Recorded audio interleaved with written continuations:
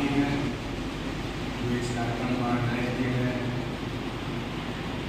हमारे दीदी और ये सम्मानित मंच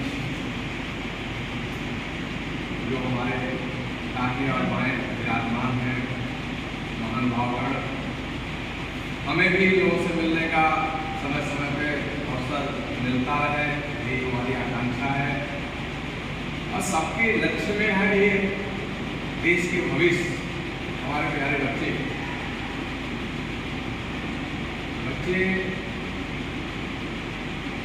जब मैं आया था तो उस समय आपका 8th से 9th तक का क्लास चल रहा था और अब 10th तक चलने लगा। हमें भी इस क्षेत्र में आए अधिक से अधिक 10 महीने में नेहरू इंटर कॉलेज फनवाड़ी में 1 जुलाई को मैं आया बनारस मिर्जापुर। अपना भी एक ही लक्ष्य है कि कुछ बच्चों के लिए किया जाए, क्योंकि आज के जो बच्चे हैं इसी में से निकल करके कल इधर डैश में बैठते हैं। तो इनकी प्रतिभाओं का आकलन करना शिक्षा जगत में एक शिक्षक का बहुत बड़ा दायित्व है। कई बार मन में विचार आता भी है कि शिक्षकों की भी कार्यशाला होनी चाहिए, जो अभी 10 महीने में तो ऐसा कोई हमने शिक्षा विभाग की तरफ से कार्यक्रम नहीं देखा है। प्रयास महोदय से वार्ता हुई थी, क्यों थोड़ी सी चर्चा करूं, क्योंकि सम्मानित गण बैठे हुए हैं, शिक्षक साथी भी है और बच्चे कभी कभी शिक्षक क्या कहते हुए सुना जाता है कि हमारे यहाँ के बच्चे पढ़ने में बहुत कमजोर हैं। जैसे प्राइमरी में खास करके कि सरकारी में तो वही बच्चे आते हैं जो कमजोर होते हैं, अच्छे बच्चे तो पब्लिक स्कूलों में चले जाते हैं। हमारा ऐसा मानना नहीं है, मैं इससे थोड़ा सा अलग सोच रखने वाला व्यक्ति हूँ, क्योंकि मुझे इतना पता है सबसे कमजोर बच्चा यदि मुझे दिया जाए तो वह भी सबसे तेज बच्चा बन सकता है। कैसे? उदाहरण भी देंगे आपको। जैसे हम लोगों ने कभी सर्कस देखा होगा, सर्कस में एक कुत्ता को, एक बिल्ली को, एक तोता को, एक हाथी को भी वो रिंग मास्टर कुछ न कुछ सिखा देता नहीं सिखा देता, और वो जैसा चाहता है वैसा वह जानवर भी सर्कस में रोल करने लगता है।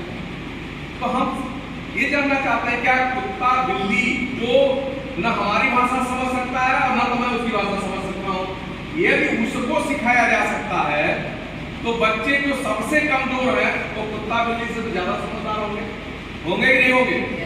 तो इनको सिखाना आसान है कि कठिन? बहुत आसान है।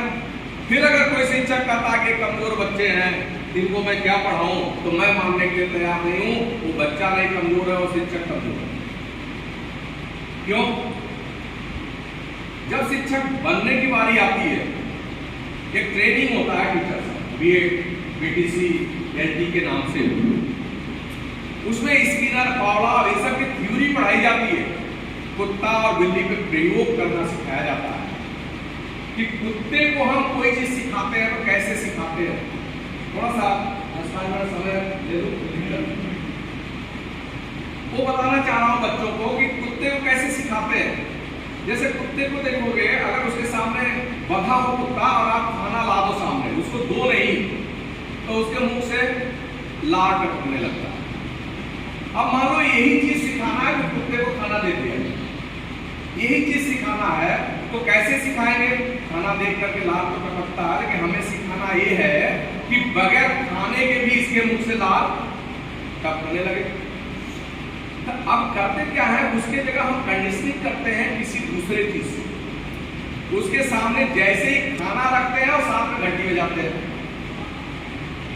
तो उसके मुंह से लार तो गिर रहा है खाना देखकर, लेकिन साथ में घंटी बजता है तो धीरे धीरे वो अभ्यस्त हो जाता सकता कि घंटी बजा मतलब खाना आया। बच्चे भी यही करते हैं, घंटी बजा छुट्टी का तो हम इसका मतलब बैग लेके बाहर जाना। कहीं लिखा है क्या घंटी में कि बाहर जाना? लेकिन समझ जाते हैं तो धीरे धीरे क्या होता है कि घंटी खाना एक साथ आते आते बाद में खाना गायब, केवल घंटी बजेगा और उसके मुंह से ला के दे लगे। बिल्ली को सिखाते हैं पिंजरे में बंद कर दो और उसमें मान लो एक जगह कहीं लगा हुआ है कि यहाँ पर अगर पंजा मारेगी तो पिंजरा खुल जाएगा। अब बिल्ली पिंजरे में बंद है, जगह नहीं है तो खड़े रहो पानी से। अब बिल्ली क्या करेगी? उस पिंजरे से निकलने के लिए छटपटाएगी, वो चारों तरफ पिंजरे में पंजा मारेगी, लेकिन कभी न कभी अनजाने में उसका पंजा उस जगह लग जाएगा जहां से पिंजरा खुल जाता है। दोबारा फिर बिल्ली को बंद कर दो, तब पहली बार देखोगे 1 घंटे में उस जगह पंजा मारी, दूसरी बार तीसरी बार करते करते वो एक समय आएगा कि आप उसे बंद करोगे और पहला पंजा मारेगी वहीं पे और सीधे बाहर, यानी वो सीख भी। ऐसे ही शिक्षा में सिखाया जाता है कि किसी को हम विद्वान नहीं बना सकते।